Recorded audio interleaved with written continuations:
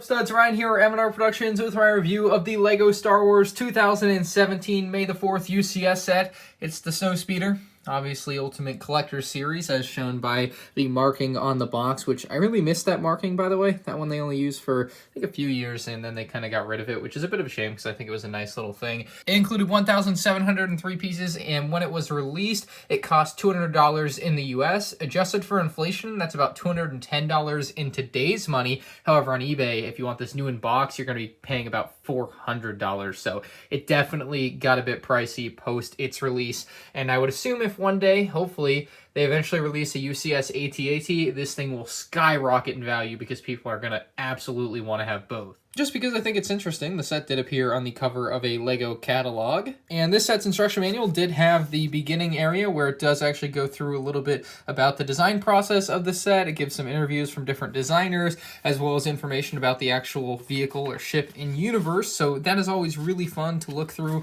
before you start your build or after you've built it. It really doesn't matter when you do, but it definitely is some interesting information that you usually don't get with other LEGO Star Wars sets that is kind of exclusive to the UCS line here, and then the rest is going to be in different languages that they've got it in here for. So that is the instruction manual. Otherwise, like normal instructions, pretty thick book. Back to the box though, the top shows off the dimensions of the set so you can know if you're going to be able to display it in your space. And I really like that they show it in the Hoth hanger on the back side here, and it's even on its stand. It shows off all of the features, which there are actually quite a few for a UCS set. You wouldn't think there would be so many, but they did really get down to the nitty-gritty details on this thing. Let's take a look at our two minifigs. This is the set's Rebel Snowspeeder pilot. A real great showing from LEGO here with this character. I think they nailed it with the look here. I even love the offset angle of the hood on the back of his neck there. I think that's a really neat look. Perhaps one of the unfortunate side effects of the way these characters are is just that this helmet has the slight lift there in the back that allows you to see the bottom of the second face. Looks a little bit awkward, but generally I'm okay with that. This is the only Snowspeeder pilot, or I guess this guy and the other guy in the set are the only Snowspeeder pilots who ever have gotten arm printing, at least to date. So that looks really good, and I wish they would have included this on more figures here current day. The helmet I really love because it is in this dark gunmetal gray, and I just think that's a great color for LEGO, and it really contrasts the orange jumpsuit that he's got going on very well. As you would expect, very detailed print. He's got binoculars, you have the one smiley face, and then if we remove his helmet, flip it around, you'll find that he is a lot more scared on this side, so he's probably about to crash into an AT-AT or something. Our Snowspeeder gunner here has a bit more of a classic look for me for Snowspeeder pilots because he has the white helmet with the red Rebel logos on there, one gray stripe running up the top of the helmet there, so pretty typical looking Rebel pilot compared to the other one. You do have that arm printing though, which again is a great addition that we don't really see other than on these two characters. Same torso and leg print and everything from the other guy.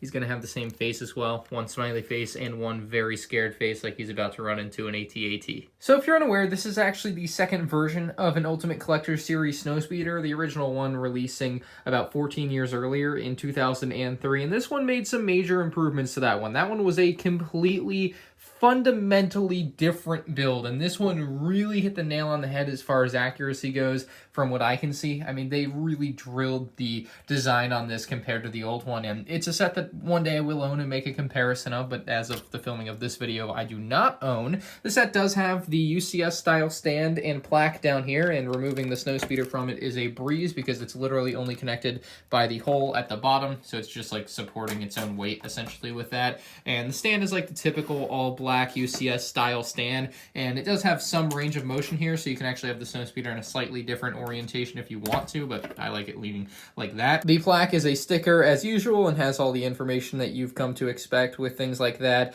You can place the minifigures on either side of it, which is a nice way to display them, but it's also a nice way to let them get really dusty and kind of let them deteriorate, so I wouldn't particularly suggest displaying it like that, but that is the stand, simple as always for these LEGO UCS stands. And while we have the set off the stand, I can show you the bottom side pretty easily here. You can see that they actually went in and put some details underneath that you might not usually expect on something like this. They actually have some flipped paneling here, which isn't really that important because usually you aren't going to see the underside of the Snowspeeder, but they do have it built in there. And then they also have the landing gear here, which you can pull down. And while you may not usually display your Snowspeeder like this, the 3-point landing gear does allow you to place the Snowspeeder on the deck like that and be slightly elevated, so it's not just laying on its wings, which is nice. So starting out with the right wing, it is largely the same to the left wing, except that they have a little extra piece here that's kind of accurate to what you see on the actual Snowspeeder. Other than that, they're practically identical and the set is mostly symmetrical. I guess the first and most important thing, and one of the biggest changes that a lot of people were really liking when this set came out that they made from the old version, is that the cannons on the Snowspeeder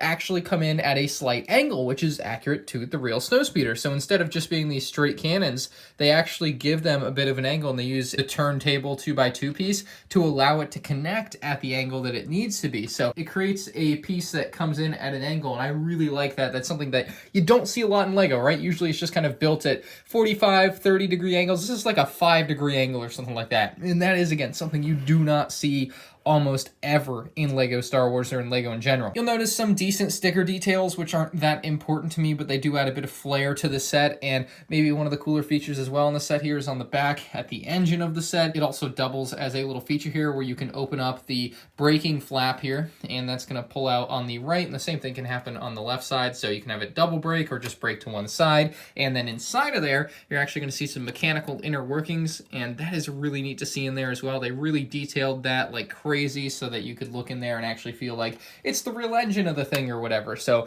really appreciate that bit of detail. Looking to the front of the Snowspeeder, you'll see the orange stripe running up the center of it, and perhaps one of the downfalls of this set again here is going to be these stickers, because you can see I slightly misplaced a sticker and it's slightly at an off angle, which gives it a little bit more white on the left than is on the right, and it looks weird. So that's unfortunate, but it is a decent looking sticker. It's not one of those things that I wish was printed. I think this is something that's really easy to gloss over here. It's another major improvement from the previous version, but they did a lot of work trying to get the angles correct here on the front of the Snowspeeder, and I'll show you this picture I kind of got off to the side of me. You can see the front end of the Snowspeeder there with all those weird angles that come together. That's not something that would have been easy to recreate, and they did a really good job using some really interesting techniques to go ahead and get those angles to work and all come together here at the front end of the Snowspeeder. It created a really sleek look at the front. Like I said, the other wing is largely the same here. You do have some ventilation, which is on the other side. Those are just stickers, so, you know, nothing to write home about, I guess, but those small added details really do help bring this set to life. And here's the back end view of these engine bits. You can open the braking flaps, like I said. And things like that are nice, and I guess you could display it like that. I just like displaying it in its kind of sleekest form. But to me, it's like these little things, and there's actually another big one here with this cannon we'll see in a moment. Things like this aren't that important, but really sell a set to me like this when they really go that extra mile when they really didn't have to. These back here are the cooling fins, and I think each individual one is like an insulator or something, at least according to this diagram that I've got off to the side of me. You'll also notice some more air brakes here, which are really nicely, again, built into the bottom of the set. It's another one of those things that you're never going to use, but it's one of those things that Lego went the extra mile on to get the extra bit of detail, the extra bit of accuracy. And they have this really interesting like piston style piece that is also really neat. So it's got a bit of a tight fit there, but it does work really nicely, and I really appreciate the extra bit of detail that Lego threw into a model like this. But I mean, even the back end of the Snowspeeder, which you're never going to look at, is really beautiful looking to me. And I think this brings us to the midsection, which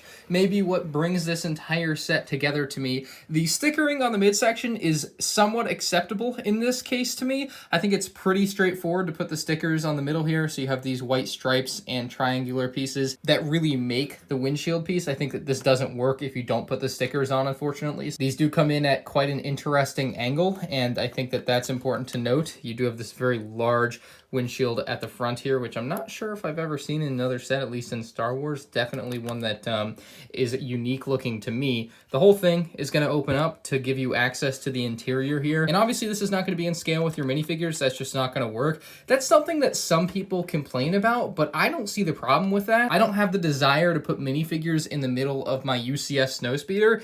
To me, if you make it minifigure scale, then it's already going to be too small to be what most people would want for a UCS set. So seeing it in such a large scale that's some people are going to complain is oversized, I think is great. I think that is 100% the way to go. And obviously Lego does too, because they have made plenty of models in that scale before with the UCS stuff. Of course, there are some that fit with minifigures, but I'm totally fine with ones like this as well that don't particularly fit minifigures as they would in universe. That's not the point of a UCS set to me. There's a really neat stickered control panel there with the AT-AT foot being locked onto by the harpoon and tow cable here. Unlike the play scale versions of the Snowspeeder, this one actually actually does not have a real tow cable built into the set. You just kind of have to imagine that it would shoot off and, you know, grab onto the AT-AT's foot. So something that maybe they could have improved on. Maybe the one feature, you know, they have all these features like this, but this thing does actually do something cool. And this is one of those things that's like, why did they need to put that in there? Because it's pointless, but it's so cool. So if you watch the control panel there and the handlebars where the character would hold it,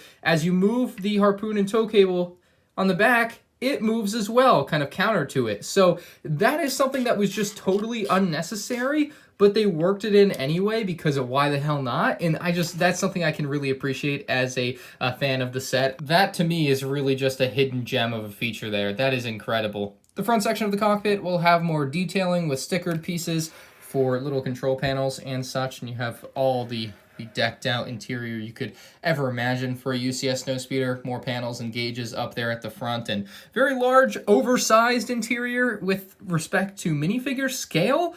But I don't care about minifigure scale. If you do, then this is not the set for you. Go buy the Playscale Snowspeeder. That's a lot closer to that. But to me, I really like that this is in a larger scale and super detailed. The chairs are nice, by the way, if you didn't notice that. But this closes up perfectly. Everything just kind of comes together on this set. We'll say a little bit wobbly. You may have noticed it wobbling.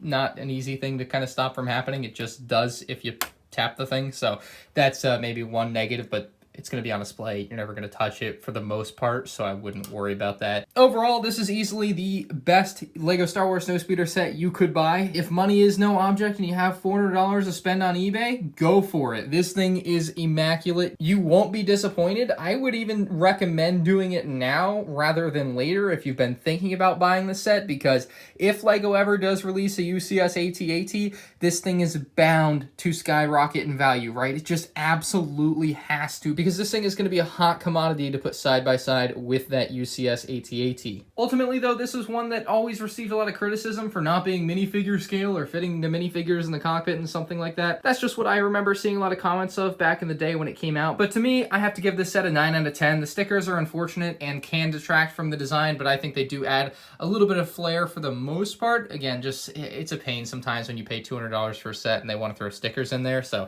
that to me just really irks me. But the UCS Snowspeeder, beautiful model from 2017, one that you can't go wrong with buying in 2020. Let me know what you guys think about this one down in the comment section below. I think it's one of the better UCS sets of the last 5 years. Some people not so much, but I love the Battle of Hoth, so I think it's great. Let me know what you guys think in the comment section below. If you're new to the channel, make sure you subscribe, like the video if you enjoyed, and I'll see you in the next one.